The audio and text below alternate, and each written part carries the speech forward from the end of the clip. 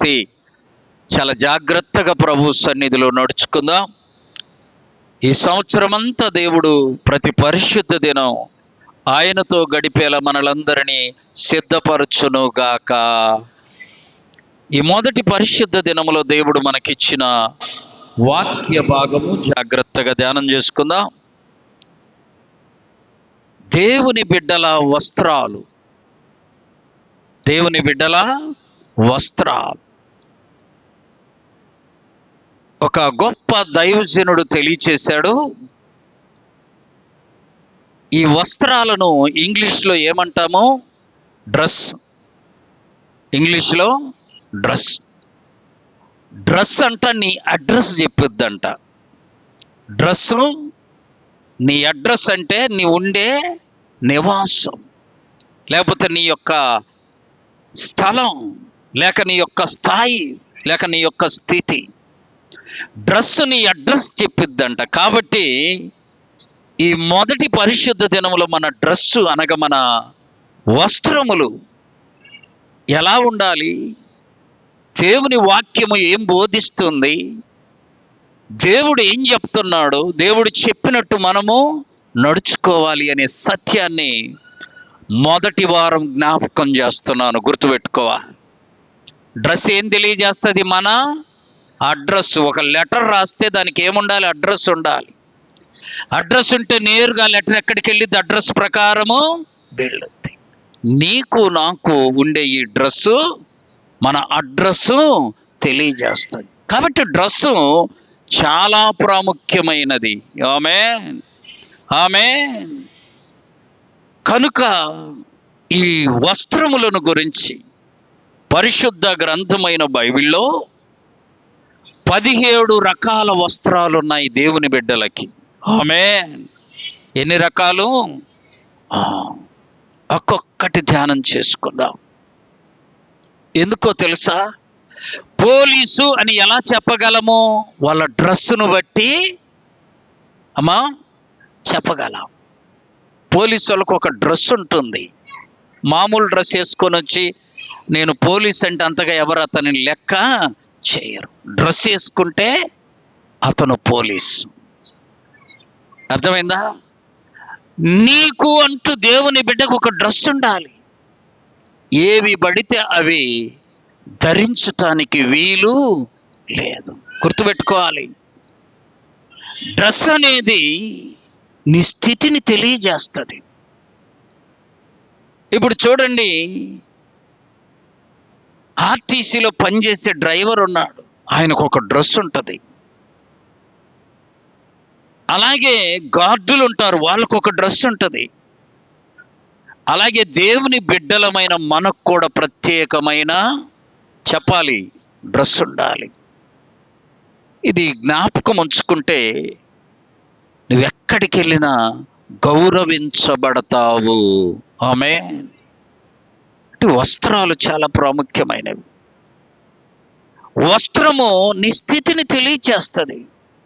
అందుకనే పరిశుద్ధ గ్రంథమైన బైబిల్లో దేవుని బిడ్డల యొక్క వస్త్రాలు 17 రకాలుగా వ్రాయబడ్డాయి. లెక్కిస్తూ ధ్యానం చేస్తూ ఉన్నాం. ఈరోజు ప్రభు చిత్తమైతే 7 రకాల వస్త్రాల గురించి ధ్యానం చేసుకుందాం. లోకస్తులకు మెట్టుకు మనకు తేడా ఏముండాలి? వస్త్రాలు తేడా ఉండాలి. వస్త్రాలు తేడా ఉండాలి. దేవుని బిడ్డలు అని అంటే ప్రత్యేకించబడిన వారు, లోకములో నుండి ఏర్పరుచుకున్నవారు, లోకము నుండి ఏర్పరచబడిన వారు, పరిశుద్ధపరచబడిన వారు, దేవుని బిడ్డలు. దేవుని యొక్క దివ్య లక్షణాలు మనలో కనబడాలి. మనలో కనబడాలి. గుంటూరులో బస్సు వచ్చింది. నేను వెళ్ళి ఆ బస్సులో నా బైబిల్ బ్యాగ్ ఉంటే అది పెట్టాను. అక్కడ ఇస్తే ఆయన పెట్టాడు ఫస్ట్ సీట్లో. అలా తిరిగి ఎక్కొచ్చే లోపే ఇంకొక అమ్మాయి చెవుల్లో ఏంటి వాటి పేరు ఇయర్ ఫోన్స్, అంటే తొందరగా చెవులు పోవాలంటే ఆ పని చేయాలి. చెవుడు తొందరగా రావాలంటే ఇయర్ ఫోన్లు పెట్టుకోవాలి. అది పెట్టుకుంది. నా బ్యాగ్ తీసి పక్కన పెట్టి ఆమె కూర్చుంది. నేను అలా తిరిగి వచ్చామా, నా బ్యాగ్ ఏది, ఇక్కడ ఎక్కడ లేదు నీ బ్యాగ్, పక్కనుంది ఆవిడ కూర్చుంటుంది. అక్కడ పెట్టాం కదమ్మా అంటే, లేదు లేదు అసలు నీ బ్యాగ్ నేను ముట్టుకోవాలా, అక్కడే ఉంది. పాప పెట్టిన ఆయన అంటున్నాడు, అయ్యా నేను పెట్టా కదా ఆడ. అమ్మ నేను పెట్టానమ్మా ఆయన వచ్చేలోపు అంటున్నాడు. వినలా. సరే నేను ఆ బ్యాగ్ అక్కడ అసలు ఆమె పక్కన ఎందుకు కూర్చోలో నేను తీసుకుని వెనకాల కూర్చున్నా.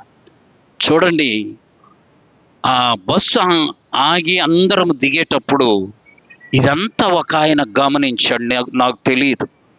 ఆయన వచ్చి అంటున్నాడు, అయ్యా మీరు దేవుని బిడ్డలా. చప్పట్లు కొట్టి ప్రభువును మహింపరచాలి. ఏమీ అనలా, ఏమీ అనలా. అందరం దిగుతున్నాం.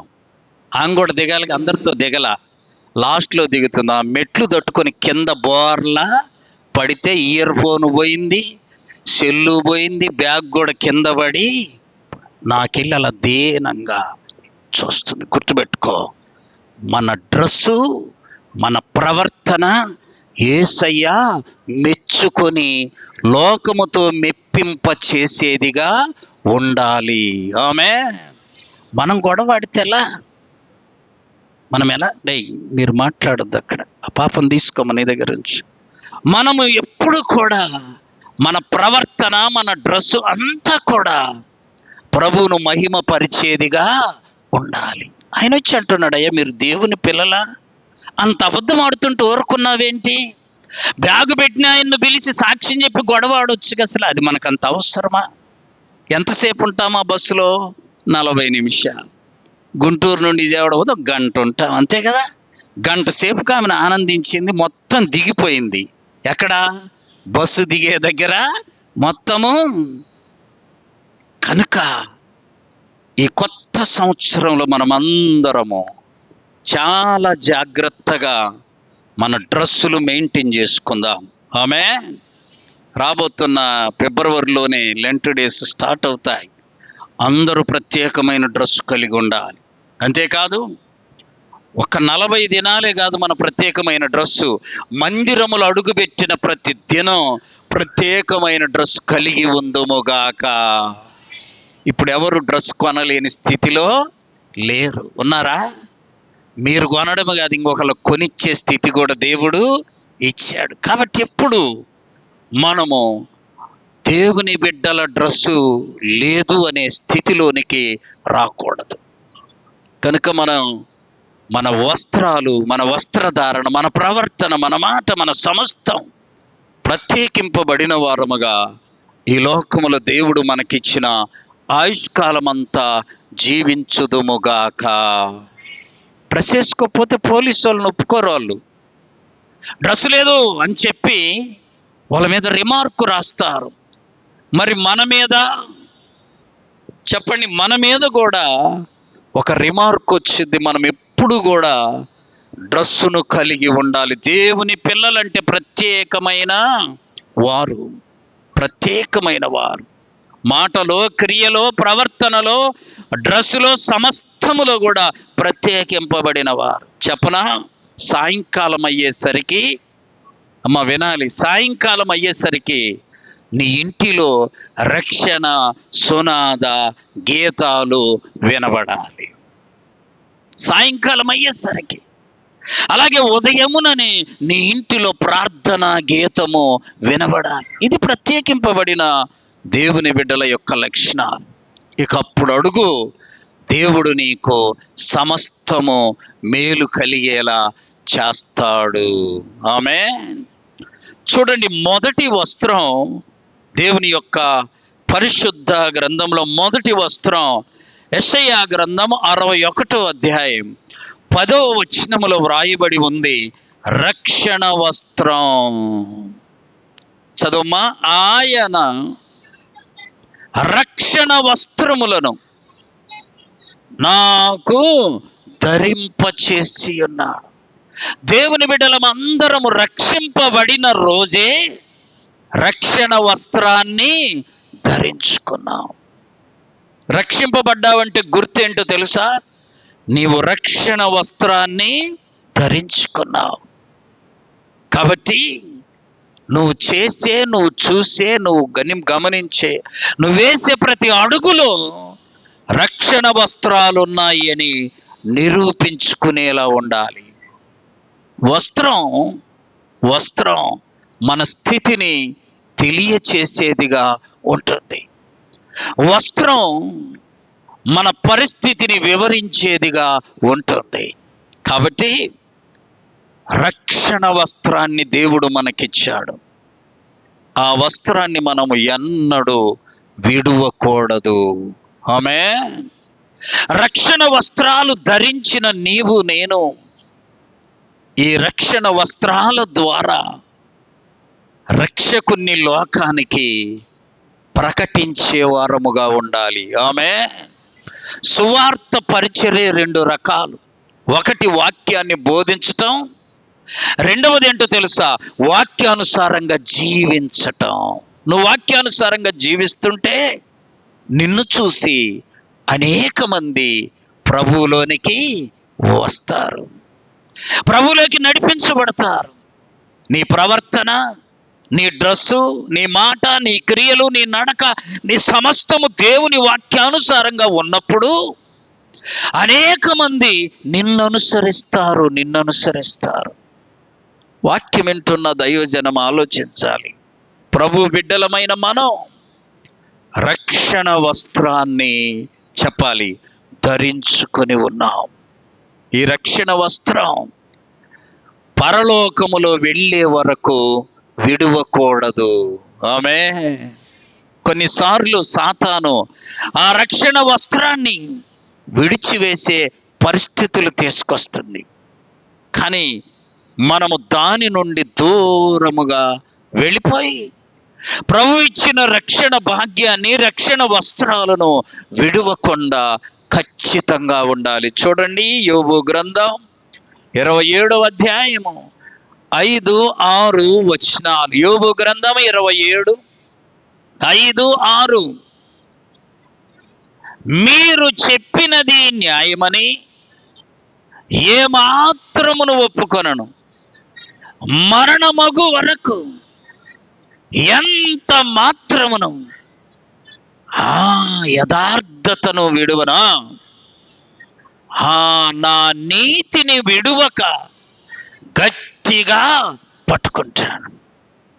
మన రక్షణ వస్త్రాన్ని విడువక గట్టిగా పట్టుకొని రక్షకుడైన ప్రభువును చేరుకుందుముగాక. మొదటి వస్త్రం చెప్పాలి. ఏంటది? బాప్తిస్మము తీసుకున్న రోజే దేవుడు నీకు నాకు రక్షణ వస్త్రాన్ని ధరింపచేశాడు. ఈ రక్షణ వస్త్రం ఎలాంటిదో తెలుసా? లోక సంబంధమైన శోధనలు వస్తే నిన్ను గుర్చుకోకుండా నిన్ను ఆదరిస్తుంది. ఆమేన్. ఈ రక్షణ వస్త్రాలు నీ పైన ఉంటే లోక సంబంధమైన వ్యాధులు నిన్నేమీ చేయవు. ఈ రక్షణ వస్త్రాలు నీవు ధరించుకుంటే నిన్ను లోక సంబంధమైన సూటి పోటీ మాటలు నిన్నేమీ చేయలేవు. ఆ రక్షణ వస్త్రాన్ని ఎన్నడూ మనము విడువక గట్టిగా పట్టుకొని ప్రభు యొక్క రాకడలో ప్రభువును చేరుకుందుముగాక. రెండవ వస్త్రము దీన మనస్సు అనే వస్త్రము. ఆమేన్. ఇది చాలా ఇష్టంగా ఉండాలి అందరికీ. చాలా చెప్పాలి, ఇష్టంగా ధరించుకోవలసిన వస్త్రం. ఒక ఆయన్ని ఆ ఊర్లో ఉన్న ఒక గొప్ప ఆసామి వాళ్ళ కొడుకు ట్యూషన్ చెప్పడానికి, ప్రైవేట్ చెప్పడానికి పిలిచాడు. మన పాలెంలో నుండి బాగా చదువుకున్న ఆయన్ని పిలిస్తే వాళ్ళేమో గొప్పోళ్ళు, ఆ ఊర్లే కల్లా గొప్పోడు జమీందారి, వీళ్ళేమో పాలెములో ఉండేవాళ్ళు. కాకపోతే చదువు అవసరం కాబట్టి ఈయన పిలిచారు. అయ్యా మా ఓడికి వచ్చి నువ్వు ప్రైవేటు చెప్పమని. వాళ్ళ ఇంటికి వెళ్ళాడు. మళ్ళీ వాళ్ళ అబ్బాయిని వీళ్ళ ఇంటికి పంపడం బాగుండదు, అవమానం. అందుకని వీడిని ఆ ఇళ్ళల్లోకి ఆయన ఇంటికి పిలుచుకున్నారు. ఈయన అక్కడికి వెళ్ళగానే వినండి, ఒక బల్ల ఉందంట. ఆ పంచల ఇంటిలో, జమీందారు ఇంటిలో ఒక బల్ల ఉంది, పక్కనే చాపేశాడు. బల్ల ఉంది అమ్మా, చాప ఉంది.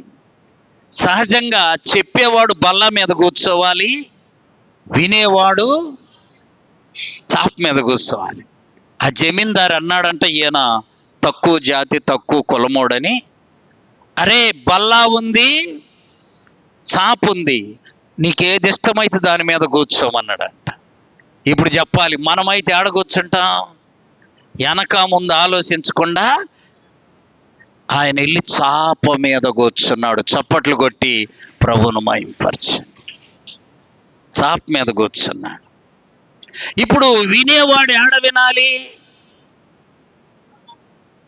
బల్ల మీద కూర్చొని ఉంటే అది ఎక్కదు.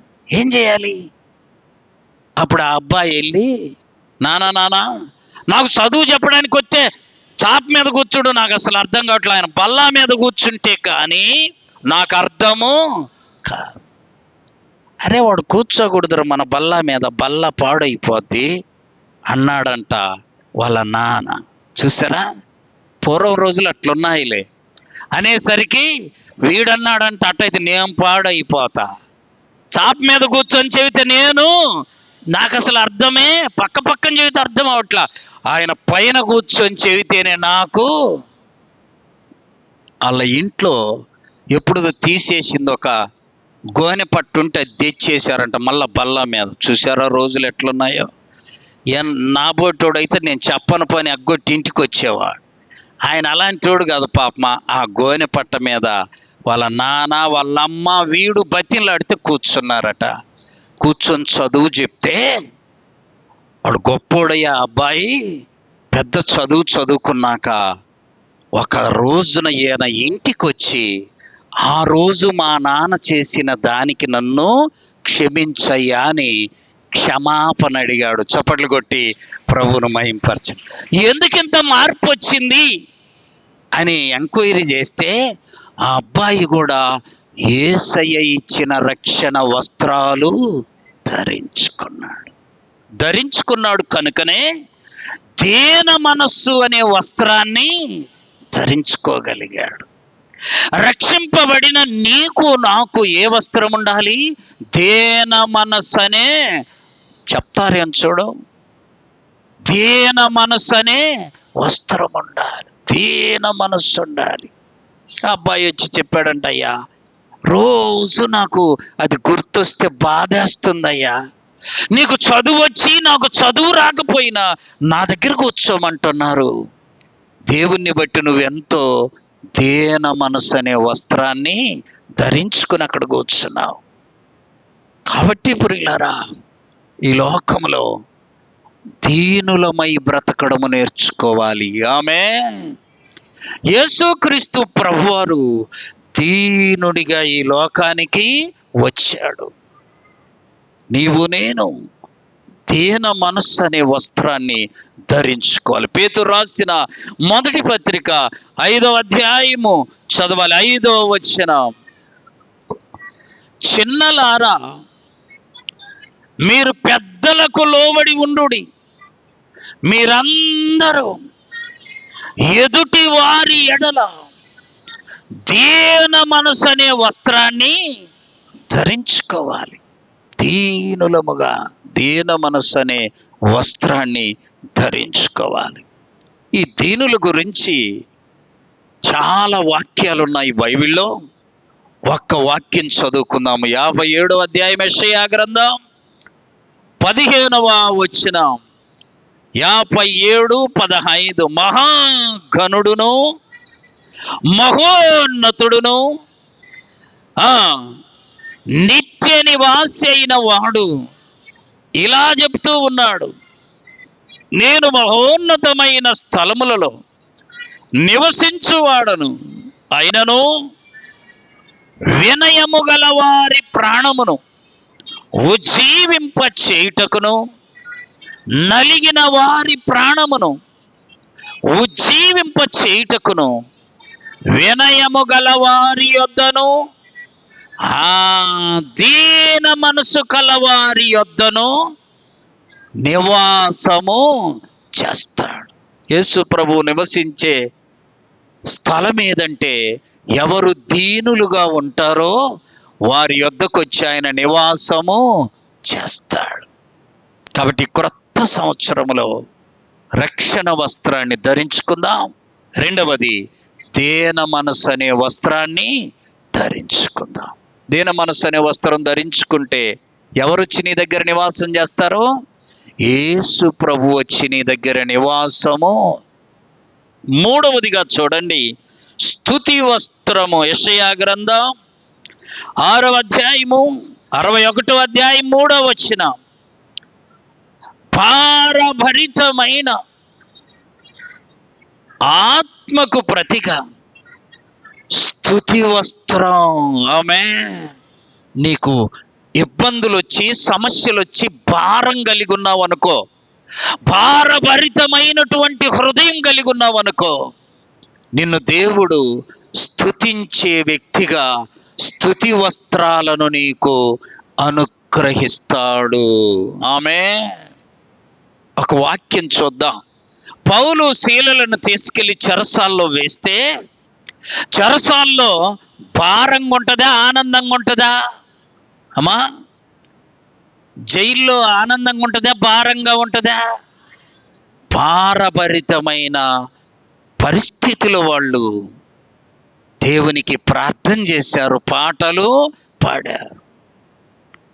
ఆ చెరసాల పునాదులన్నీ పగిలిపోయాయి, తలుపులన్నీ తెరవబడ్డాయి, బంధకాలన్నీ ఓడిపోయాయి. ఇప్పుడు వారికి స్తుతి వస్త్రమును దేవుడు ఇచ్చాడు. భారము ఉండి భారభరితమైన ప్రార్థన చేస్తేనే దేవుడు మన జీవితాల్లో స్తుతి వస్త్రమును అనుగ్రహిస్తాడు. భారం వచ్చిందని తల్లడిల్లమాక, నీకు దేవుడు స్తుతి వస్త్రమును ఇస్తాడు. భారం ఎక్కడుంటుందో అక్కడే దేవుడు కార్యాన్ని చేస్తాడు. పౌలు శీలలు భారముతో ప్రార్థన చేస్తే దేవుడు స్తుతి వస్త్రమును వారికి అనుగ్రహించాడు. నీ ఇంటిలో ఉన్న పరిస్థితులను బట్టి, నీ ఒంటిలో ఉన్న పరిస్థితులను బట్టి, నీకున్న ఇబ్బందులు, ఇరుకులను బట్టి భారముతో ప్రార్థన చేస్తున్నావా? దేవుడు నీకు స్తుతి వస్త్రమును ఇస్తాడు. పౌలు శీలలు ఎంత సంతోషించి ఉంటారో. ఎందుకని? ఏ సమస్య కొరకు వాళ్ళు ప్రార్థన చేశారో అక్కడ దేవుడు అద్భుత కార్యాన్ని చేశాడు. అద్భుత కార్యాన్ని చేశాడు. ఏ బంధకాలు ఆటంకముగా ఉన్నాయో ఆ బంధకాలను ఆయన వారితో పని లేకుండానే ఏం చేశాడు? తొలగించేశాడు. బంధకాలు ఊడిపోయాయంట, చెరసాల బ్రద్దలైపోయింది, తలుపులన్నీ తెరవబడ్డాయమ్మా. వీళ్ళు తెరవకుండానే దేవుడు తెరిచాడు, వీళ్ళు విడవకుండానే బంధకాలని దేవుడే విడిపించాడు. చెరసాల నుండి బయటకు వచ్చారు. ఏ భారం ఒకవేళ నిన్ను వెంబడిస్తుందో నీకు శుభవార్త ఏంటో తెలుసా? నీ నోట దేవుడు స్తుతించేటువంటి కృపను ఆ భారములో నుండే నీకు అనుగ్రహించునుగాక. భారం ఒకవైపు ఉంది, ప్రభు ఒకవైపు ఉన్నాడు. నువ్వు ప్రభువునే చూస్తుండు, ఆయనే అద్భుత కార్యాన్ని జరిగిస్తాడు. భారభరితమైనటువంటి వ్యక్తుల జీవితాల్లో స్తుతి వస్త్రమును ఇస్తాడు. స్తుతి వస్త్రం. ఇంకా మనం వాక్యములో లోతుగా గమనిస్తే చాలా వాక్యాలు ఉన్నాయి. యోబు గారి జీవితంలో కూడా భారం వచ్చింది. 42వ అధ్యాయంలోకి వచ్చేలేకి స్తుతి కూడా వచ్చింది. స్తుతి వస్త్రమును కూడా దేవుడు యోబు గారికి ఇచ్చాడు. వాక్యం వింటూ ఉండగా దేవుని యొక్క కృపను బట్టి మనమందరము కూడా అనేక భారాలు కలిగి ఉంటాం. ఆ భారభరితమైనటువంటి హృదయము కలిగి దేవుని సన్నిధిలో ప్రార్థిస్తే కొత్త సంవత్సరంలో దేవుడు నీకు స్తుతి వస్త్రమును ఇస్తాడు. 4వదిగా చూడండి, 61వ అధ్యాయం 3వ వచనములోనే ఉత్సాహ వస్త్రములు. సియోనులో సియోనులో దుఃఖించు వారికి ఉత్సాహ వస్త్రములను, చూసారా, సియోన్ అనగా దేవుని మందిరం. దేవుని మందిరం.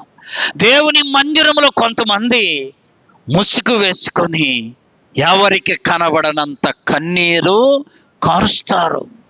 కొంతమంది ఎవరికి కనబడనంత కన్నీరు కారిస్తే దేవుడు అంటున్నాడు, సియోనులో దుఃఖించు వారికి ఉత్సాహ వస్త్రములను. అబ్బా, అందుకని మందిరములో ఏడిస్తే ప్రభు ఆ బిడ్డలను ప్రత్యక్షంగా దగ్గరుండే చూస్తాడు, దర్శిస్తాడు, విడుదలను ఇస్తాడు. చూడండి, అక్కడ రాయబడింది, సియోనులో అనగా దేవుని మందిరములో దుఃఖించే వారికి ఉల్లాస వస్త్రాలు. ఉల్లాసం అనగా సంతోషం. ఉత్సాహ వస్త్రాలు, ఉల్లాస వస్త్రాలు. ఉల్లాసం వచ్చేలా దేవుడే మన జీవితాల్లో కార్యాలను చేస్తాడు. అందుకని మందిరములో అతి గొప్ప ధన్యత ఉంది ప్రియులారా. దేవుని యొక్క మహాకృపను బట్టి మందిరములు అతి గొప్ప ధన్యతను పొందుకుంటాం. అందుకే మందిరాన్ని విడువకూడదు, మందిరాన్ని వదలకూడదు. ఆమేన్. వారములో ఎన్ని ఇబ్బందులు ఉన్నాయో అవన్నీ తీసుకొచ్చి ఇక్కడ ప్రభు చేతికి అప్పగించి నువ్వు ఇంటికి వెళ్ళాలి. ఆమేన్. వచ్చే వారానికల్లా దేవుడు నీకున్న ఇబ్బందులన్నీ క్లియర్ చేసి నీకు ఉల్లాస వస్త్రమును ధరింపచేయునుగాక. ఉల్లాసం, ఉల్లాసం. ప్రభు సన్నిధిలోనే ఉత్సాహించటం, ఉల్లసించటం, ప్రభువును ఘనపరచటం, స్తుతించటం దేవుని మందిరంలోనే మనము చేయాలి. కాబట్టి ప్రియులారా, సియోనిది. ఈ సియోనులో నువ్వు దుఃఖిస్తే నీ దుఃఖము ఎన్నడూ వ్యర్థము కాదు. మందిరానికి వచ్చి విజ్ఞాపన చేసిన ప్రతి బిడ్డ జీవితంలో అద్భుతాలను చూశాం. అద్భుతాలను కన్నులారా అనుభవించిన బిడ్డలను మనం చూస్తూ ఉన్నాం. మందిరానికి వచ్చి ప్రభువుకు చేతికి నీకున్న ఇబ్బందులన్నీ అప్పగించి వెళితే నీకు ఉల్లాస వస్త్రమును ధరింపచేస్తాడు. 5వదిగా చూడండి, దేవుని యొక్క పరిశుద్ధ గ్రంథం లూకాసు వార్త 15వ అధ్యాయం 22వ వచనం. లూకాసు వార్త 15వ అధ్యాయం 22వ వచనం. ప్రశస్త్ర వస్త్రము అయితే తండ్రి తన దాసులను చూసి ప్రశస్త్ర వస్త్రములు త్వరగా తెచ్చి వీనికి కట్టండి. ప్రశస్త్ర వస్త్రములు. తప్పిపోయిన కుమారుడు తండ్రి యొద్దకు తిరిగి రాగానే అతని మీద ఉన్న వస్త్రాలు ఎలా ఉన్నాయో తెలుసా? కంపు కొడుతూ ఉన్నాయి. ఎందుకని? పందులను మేపి వచ్చాడు, పందుల దగ్గర నివాసం చేశాడు. కాబట్టి వస్త్రాలు ఎలా ఉంటాయి అమ్మా? కంపు కొడుతుంటాయి.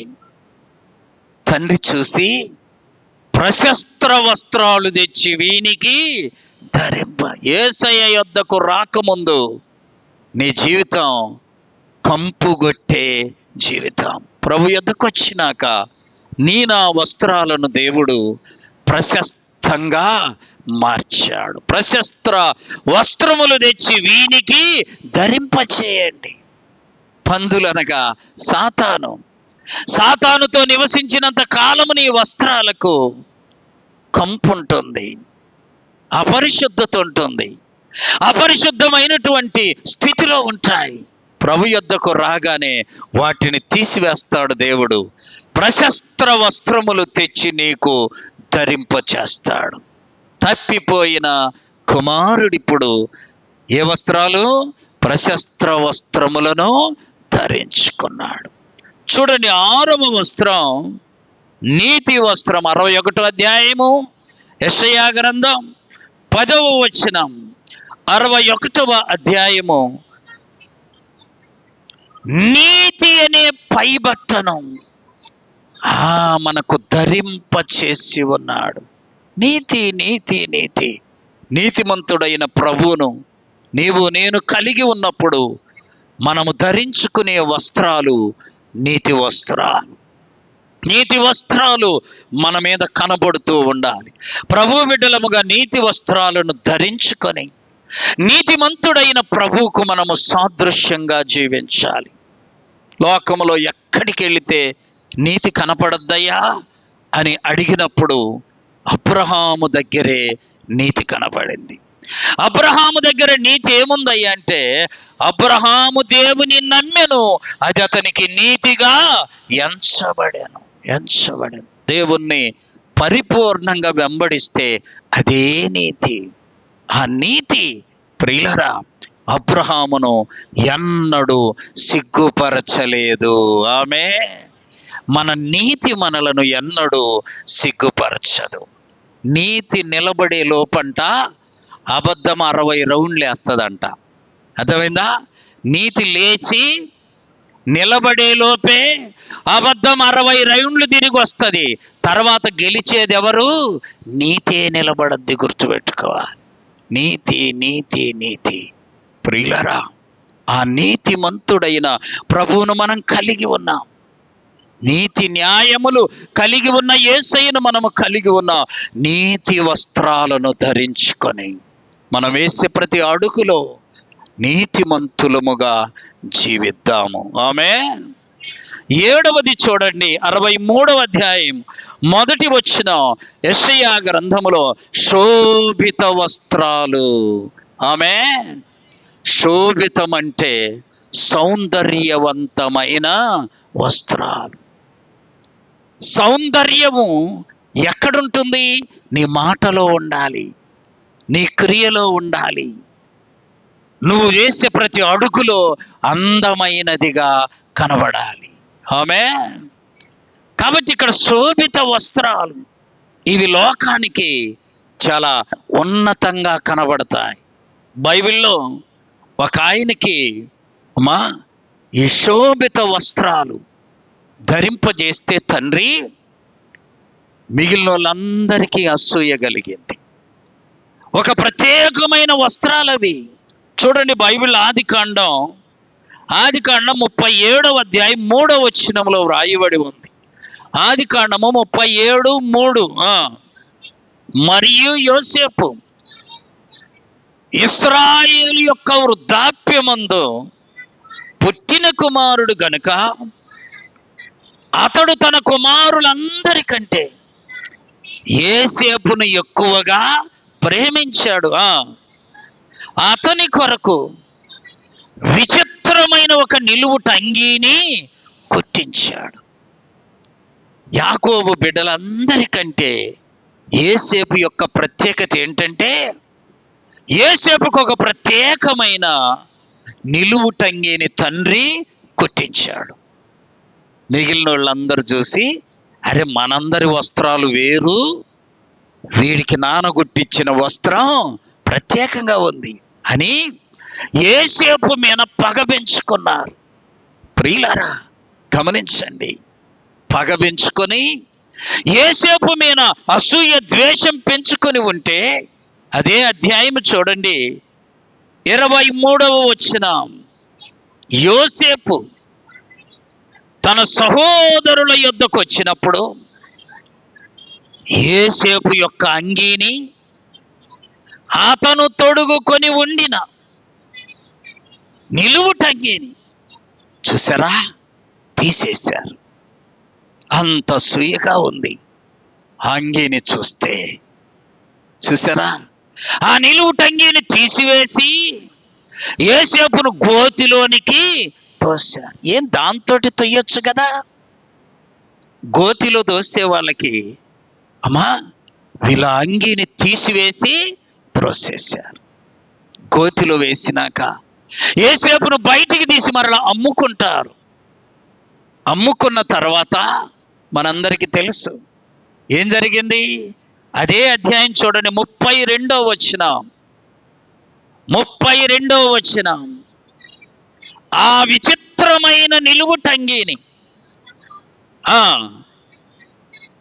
వాళ్ళు ఏం చేశారు, ఆ నిలువుటంగీని తండ్రి యొద్దకు తెచ్చి, ఇది మాకు దొరికింది, ఏమి చేశారా అంగీని?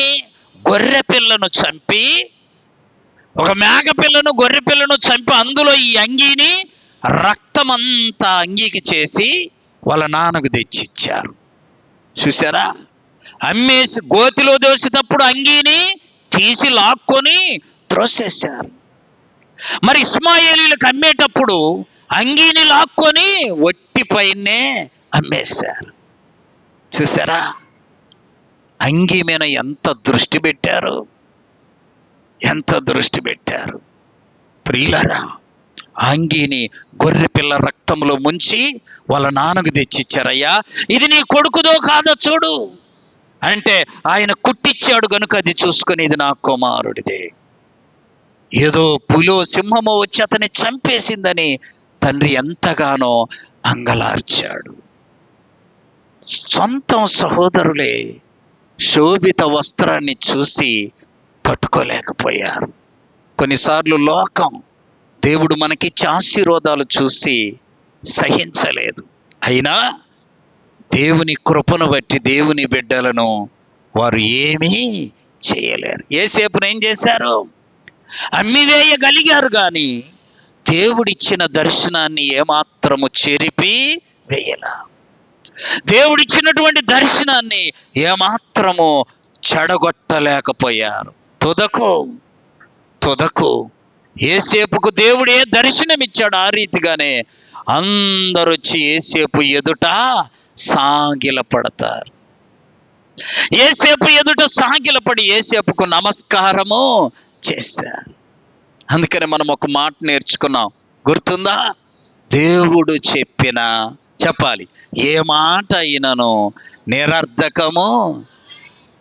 నేర్చుకుందాం ఈ ఒక్క మాట. దేవుడు చెప్పిన ఏ మాట అయినను నిరర్ధకము కానేరు. దేవుడు చెప్తే చాలు, దేవుడు వినిపిస్తే చాలు, దేవుడు మాట ఇస్తే చాలు. యేసేపుకు చెప్పాడు, అన్ని పనులు నా పనకు నమస్కారం చేస్తున్నాయని చెప్తే వీళ్ళు అనుకున్నారు అమ్మేస్తే పోయిద్దిలే అనుకున్నారు, గోతిలో వేస్తే పోయిద్ది అనుకున్నారు. తుదకు దేవుడు చెప్పిన మాట ఎన్నడు నిరర్ధకము కాల.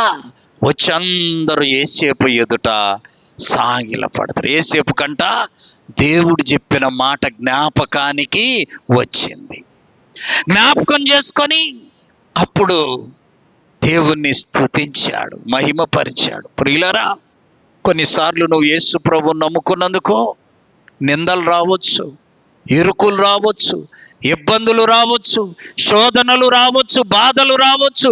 ఎన్ని వచ్చినా సరే దేవుడు నిన్ను సిగ్గుపరిచేవాడు కాదు. ఆయన ఖచ్చితంగా నిన్ను శోభిత వస్త్రములు ధరింపచేసి ఆనందింపచేసే దేవుడు. కాబట్టి మన వస్త్రాలు ఈ నూతన సంవత్సరములో ప్రత్యేకింపబడినవిగా ఉండునుగాక. ఈ మొదటి పరిశుద్ధ దినం మొదలుకొని చివరి పరిశుద్ధ దినం వరకు దేవుని సన్నిధిలో మనము వస్త్రధారణ విషయములో ప్రత్యేకత కలిగి ప్రభువును మహిమపరచుదాము. ఆమేన్. వస్త్రాలనేవి చెప్పాను, మన యొక్క స్థితిని తెలియచేస్తాయి. చక్కని తెల్లని వస్త్రాలు ధరించి ప్రభు యొద్దకు వస్తుంటే నిన్ను చూసి ప్రతి వ్యక్తికి పరిశుద్ధత గుర్తుకు రావాలి. ఆమేన్. కొంతమంది వస్త్రాలు అసహ్యంగా ఉంటాయి. దేవుని బిడ్డలమైన మనం అవి ధరించకూడదు, మనము ధరించకూడదు. ఒక షాపులోకి వెళ్తే వాడు జీన్ ప్యాంట్ అని తెచ్చాడు, అంత టైట్గా. నాకయ్యా, నేను సేవకుణ్ణయ్యా, నేను ఈ వస్త్రాలు వేసుకోవడానికి చెప్పేశాను, ఈ వస్త్రాలు నాకు కుదరవు. వాడు అంటున్నాడు, ఇప్పుడు అందరు వేస్తురులేయ్యా, ఏంది వేసేది? అందరు పోయేది అక్కడికే, కానీ మనం అక్కడికి వెళ్ళడానికి మనం ఒక ప్రత్యేకత కలిగి ఉండాలి. దేవుని యొద్దకు వచ్చావా, నీ వస్త్రము ప్రత్యేకత. దేవుని యొద్దకు వచ్చావా, నీ ప్రవర్తన ప్రత్యేకత. దేవుని యొద్దకు వచ్చావా, నీ యొక్క కార్యాలు, క్రియలు, తలంపులు, ఆలోచనలు సమస్తము కూడా ప్రత్యేకింపబడినవిగా ప్రభు బిడ్డగా నిరూపించుకునేలా మనము ధరించుకోవాలి. అదే దేవుడు మన నుండి కోరుతున్నాడు. పరలోకంలో ఏ వస్త్రాలు ఉంటాయి చూడండి. ప్రకటన గ్రంథం 7వ అధ్యాయము 14వ వచనం. ప్రకటన గ్రంథం 7వ అధ్యాయం 14వ వచనం. వీరు మహాశ్రమల నుండి వచ్చినవారు గొర్రె పిల్ల రక్తములో తమ వస్త్రములను ఉదుకుకొని తెల్లని వస్త్రాలు ధరిస్తాం. గుర్తుపెట్టుకోవాలి, ప్రభు బిడ్డలమైన మనము ధరించుకునే వస్త్రాలు మనలను చూసేవారికి పరిశుద్ధతను జ్ఞాపకం చేసేవిగా ఉండాలి. ఆమేన్. పరిశుద్ధతను జ్ఞాపకం చేసేవిగా ఉండాలి. దేవుని బిడ్డలయ్యా మందిరానికి వెళ్తున్నారు, అందుకే వారు తెల్లని వస్త్రాలు ధరింప చేసుకున్నారు. ప్రభుతో మందిరములో ఉండే ఈ కొంత సమయం, ఈ కొన్ని గంటలు ఖచ్చితంగా ప్రభు బిడ్డలు ధరించుకునే వస్త్రాలని ధరించుకొని ప్రభును మహిమపరిచి ప్రభు రాజ్యములో చేరుదుముగాక. అందరూ మోకరించండి, ప్రార్థన చేసుకుందాం.